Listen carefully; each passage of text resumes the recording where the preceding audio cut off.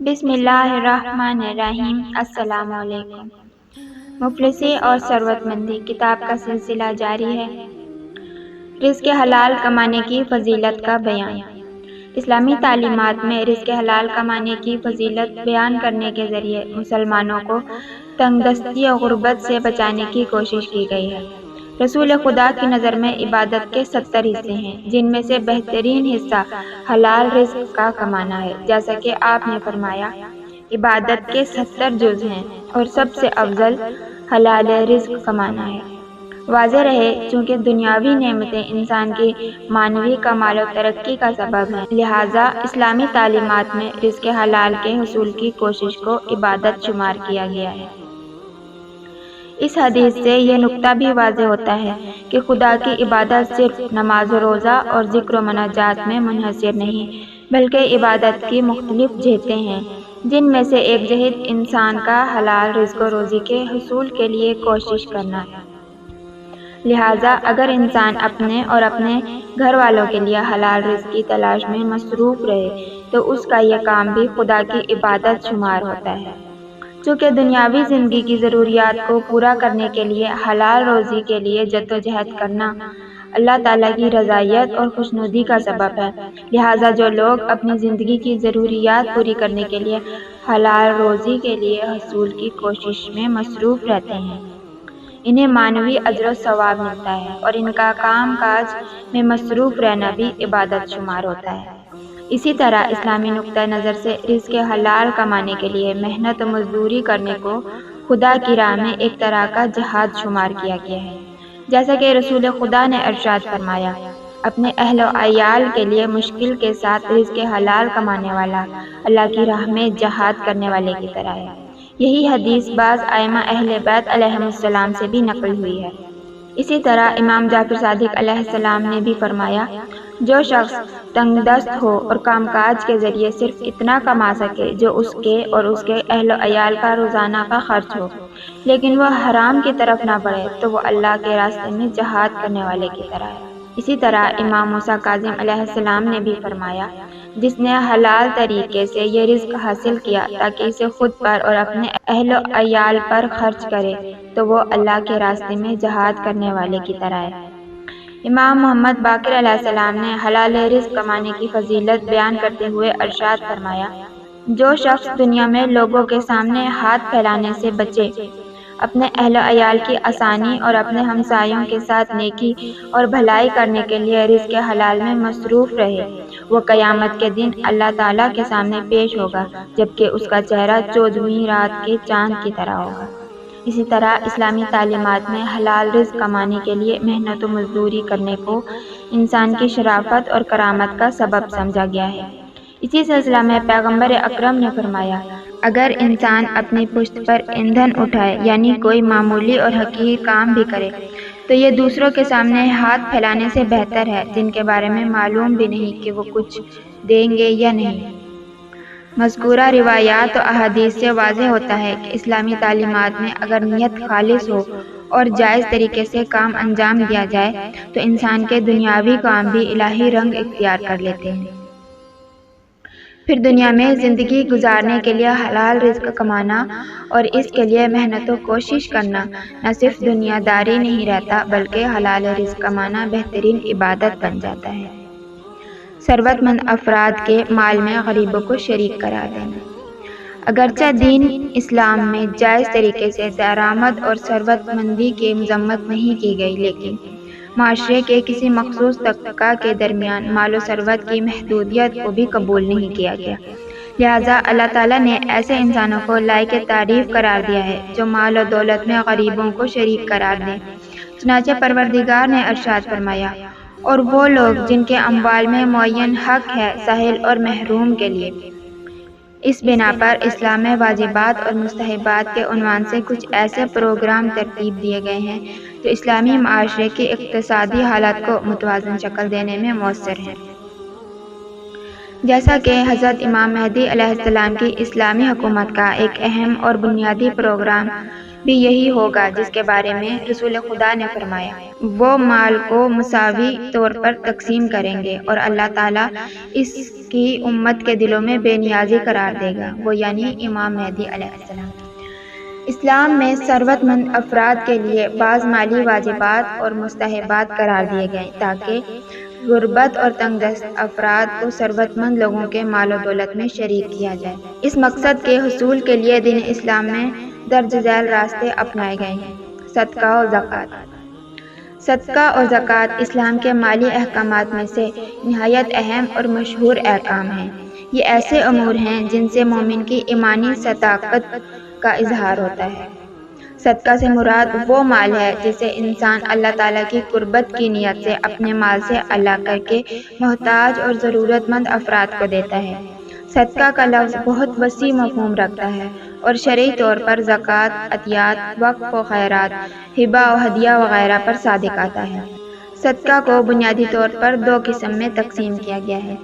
واجب صدقہ، اس سے مراد وہ تمام مالی واجبات ہیں جو اللہ تعالیٰ کی طرف سے مالدار اور ثروت مند افراد کے لیے قرار دیے گئے ہیں، جیسے زکوٰۃ، فطرہ یا وہ مال جس کا خرچ کرنا نذر و قسم کی وجہ سے لازم ہو جائے۔ اسلامی شریعت میں زکوٰۃ ایک مشہور ترین مال واجب ہے جو کہ مسلمانوں کے نزدیک ضروریات اسلام میں شامل ہے اور اس کے منکر کو مرتد شمار کیا جاتا ہے۔ قرآن مجید کی متعدد آیات میں زکوٰۃ کا ذکر ہوا ہے، چنانچہ اللہ تعالیٰ نے پیغمبر اکرم کو مسلمانوں سے زکوٰۃ وصول کرنے کا حکم دیتے ہوئے ارشاد فرمایا، اے رسول، آپ ان کے اموال میں سے صدقہ لیجیے، اس کے ذریعے آپ انہیں پاکیزہ اور بابرکت بنائیں گے۔ پھر دوسرے مقام پر زکوٰۃ کے مصارف میں فقیر و مسکینوں کو سر فہرست قرار دیتے ہوئے ارشاد فرمایا، یہ صدقات تو صرف فقیروں، مساکین اور صدقات کے کام کرنے والوں کے لیے ہیں، ان کے لیے جن کی تالیف قلب مقصود ہو، اور غلاموں کی آزادی، قرض داروں اور اللہ کی راہ میں اور مسافروں کے لیے ہیں۔ یہ اللہ کی طرف سے ایک مقرر حکم ہے اور اللہ خوب جاننے والا، حکمت والا ہے۔ مستحب صدقہ، اس سے مراد وہ مال ہے جسے انسان اپنے مال میں اپنی مرضی کے مطابق اللہ تعالیٰ کی خوشنودی کے لیے فقراء اور ضرورت مند افراد کو دے۔ عام طور پر اسلامی معاشرے میں مستحب کے عنوان سے مال خرچ کرنے کو صدقہ، جبکہ واجب کی نیت سے مال خرچ کرنے کو زکوٰۃ کہتے ہیں۔ متعدد آیات میں مستحب صدقہ کی ادائیگی اور راہ خدا میں مال و دولت خرچ کرنے پر تاکید کی گئی ہے، بلکہ بہت سی آیات میں اس امر کو ایمان کی نشانی کے طور پر نماز کے حکم کے ساتھ ساتھ بیان کیا گیا ہے۔ اسی طرح روایات میں بھی خاص طور پر بعض مخصوص اوقات جیسے شب جمعہ، جمعہ کا دن، روزے عرفہ اور ماہ رمضان وغیرہ میں صدقہ دینے پر زور دیا گیا ہے۔ اسی طرح مسلمانوں کو اپنے معاشرے کے غریب افراد میں سے چند مخصوص لوگ مثلاً رشتہ دار یا مومن پڑوسی کو صدقہ دینے کی تاکید کی گئی ہے۔ پروردگار نے قرآن مجید میں صاحبان ایمان کی صفات بیان کرتے ہوئے ارشاد فرمایا،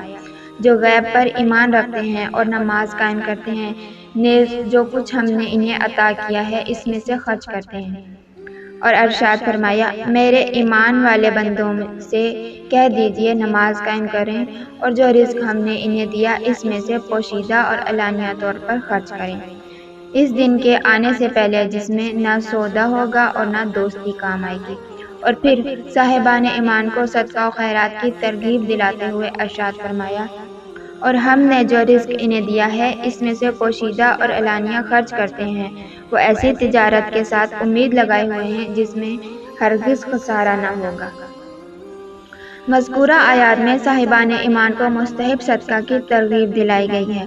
جس کا فائدہ ایک طرف صدقہ دینے والے کو پلٹتا ہے چونکہ وہ اپنے پروردگار کی طرف سے اخروی اجر و ثواب کا مستحق قرار پاتا ہے، اور دوسری طرف اس صدقہ کا فائدہ معاشرے کے مفلس و تنگ دست افراد کو پہنچتا ہے اور ان کی اقتصادی حالت میں بہتری واقع ہوتی ہے۔ اسی سلسلہ میں سماع بن مہران نے حضرت امام جعفر صادق علیہ السلام سے نقل کرتے ہوئے بیان کیا کہ آپ نے ارشاد فرمایا، البتہ اللہ تعالیٰ نے ثروت مندوں کے اموال میں زکوٰۃ کے علاوہ بھی کچھ حقوق و فرائض قرار دیے ہیں، چنانچہ اللہ تعالیٰ نے ارشاد فرمایا، وہ لوگ جن کے اموال میں سائل اور محروم کے لیے معین حق ہے، حق کے مظلوم زکوٰۃ سے الگ کرتے ہیں، اور اس سے مراد مال کی وہ مقدار ہے جسے مسلمان خود پر لازم قرار دیتا ہے۔ اس پر لازم ہے کہ اپنی مالی قدرت و وسعت کے مطابق اس مقدار کو لازم قرار دے اور پھر اس مال کو ہر روز یا ہر جمعہ یا چاہے تو ہر مہینے ادا کرے۔ خمس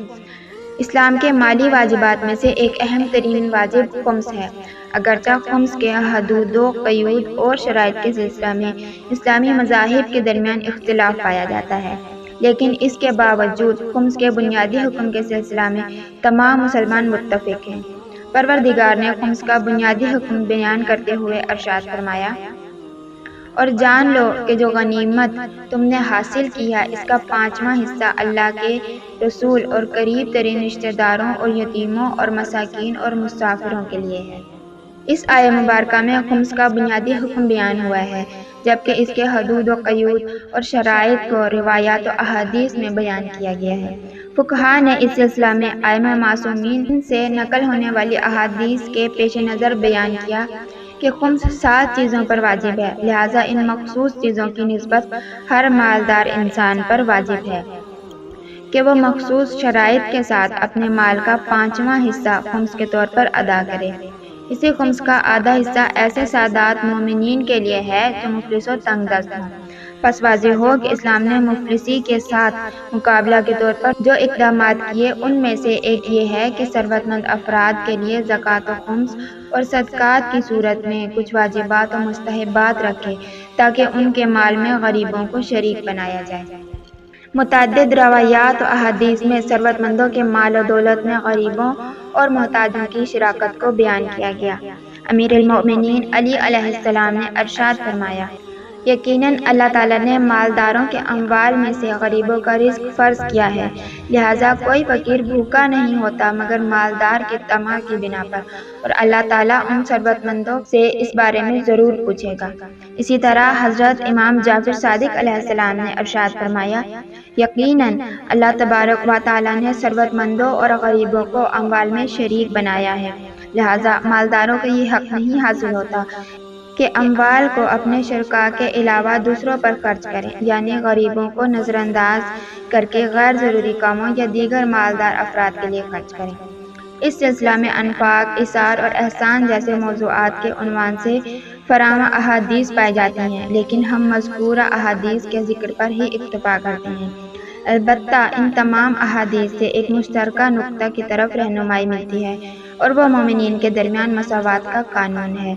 یعنی اسلام اپنے پیروکاروں کے درمیان مساوات کا قائل ہے اور اسی مساوات کی ترویج چاہتا ہے، اور یہی مساوات ہی حضرت امام مہدی عجل اللہ تعالیٰ